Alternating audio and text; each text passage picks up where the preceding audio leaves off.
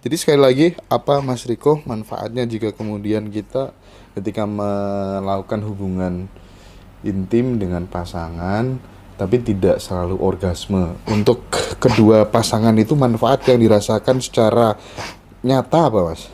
Secara nyata adalah keintiman meningkat. Dan kelekatan itu seperti kita menjadi satu jiwa.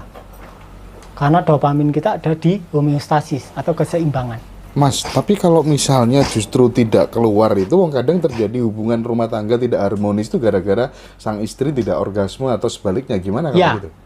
masalahnya kita perlu membedakan di mana posisi istri kita. Ketika istrinya sudah pernah orgasme, jadi kita arahkan ke fase orgasme.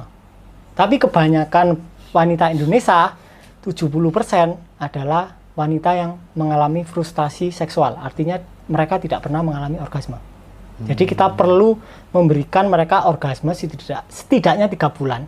Nah, selama 3 bulan ini otak kita dibanjiri oleh hormon honeymoon, hormon bulan madu. Jadi tidak ada pengaruh secara hormonal naik turun, nggak ada. Tapi setelah 4 bulan, 5 bulan itu mulai. Oke. Ini ada pertanyaan, kenapa ya ogah-ogahan terus males kalau diajak suami ngajak tuh? Mungkin pengen ganti suami kali ya. Durasi yang sehat minimal berapa menit, Mas Riko? Durasi yang sehat itu 15 menit itu sudah sehat. 15 10 menit itu ketika ceweknya udah orgasme ya udah cukup. Gimana Tapi, kalau misalnya ada temenku tuh Mas, dia itu hiper gitu Mas. Itu cara meminimalisirnya gimana Mas? hiper itu kan karena over dia over, dia nggak bisa hiper ke satu orang, dia pasti butuh orang lain dan orang lain. Gitu ya, Karena bener, dia bener. dopaminnya low, akhirnya dia bosen, akhirnya autopilot genetiknya di DNA-nya aktif. Seleksi alam itu kan strateginya adalah membuahi sebanyak-banyaknya ovum dan membiarkan ovum dibuahi oleh sebanyak-banyaknya sperma. Itu udah desain alam dan itu terwariskan di otak mamalia kita. Karena kita mamalia.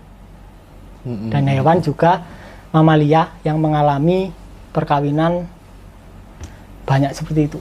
Jadi ketika kita terus-menerus orgasme dan terus-menerus ejakulasi, hormon kita rush over, hangover, kita akan mengalami aktivasi autopilot genetik. Artinya kita akan mencari pasangan lain. Kita bosen dengan istri kita dan kita ada urgensi untuk mencari wanita lain. Si wanita juga seperti itu, kalau ada kesempatan. Intinya kalau ada kesempatan. Dan kalau tidak ada kesempatan, pasti larinya ke bokep. Kalau wanita ya larinya ke belanja. Ini Itu kebetulan pasti. ada pertanyaan, bagaimana Mas kalau misalnya kita pengen berhenti dari ketagihan nonton film bokep, itu gimana? Nah itu caranya ya kita cukup Culek matamu.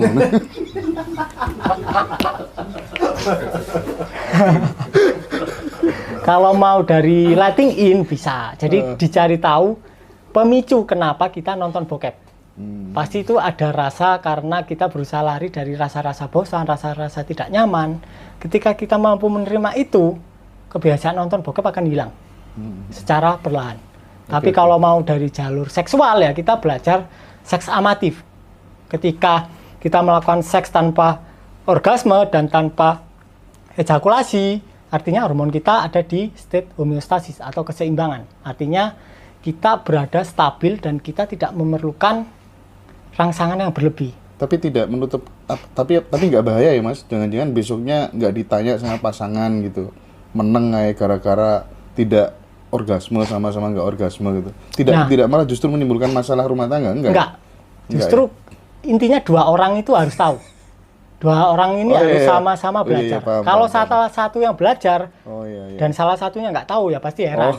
Biasanya ejakulasi, kamu kok nggak ejakulasi? Kamu ada cewek lain ya pasti gitu, pasti. Makanya perlu komunikasi yang bagus antara pria dan si wanita. Intinya komunikasi. Tapi karena banyaknya pendaman emosi, misalnya pastilah karena kita menikah sama orang yang latar belakangnya beda kan. Misalnya kita lahir di keluarga tentara, misal ya, didikannya pasti kan tegas, kuat. Iya. Sedangkan misal istri kita lahir dari keluarga seniman. Seniman ya wis beginilah, tidak disiplin. Nah, si istri biasa menaruh handuknya setelah mandi ya udah di kasur dilempar. Suaminya biasa naruh habis mandi ya ditaruh yang jelas tempatnya kan. Itu pasti udah menimbulkan konflik karena beda kebiasaan.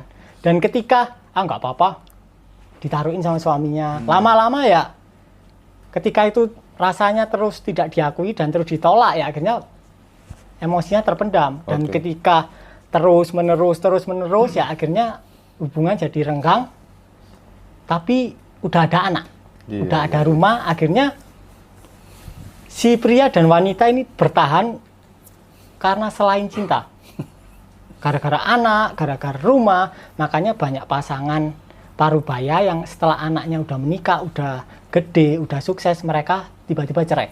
Iya. Itu karena pendaman represi yang selama ini tidak dia sadari. Karena yang dibahas soal seksualitas, saya seolah-olah sedang wawancara Dokter Boyke ketika masih muda ini.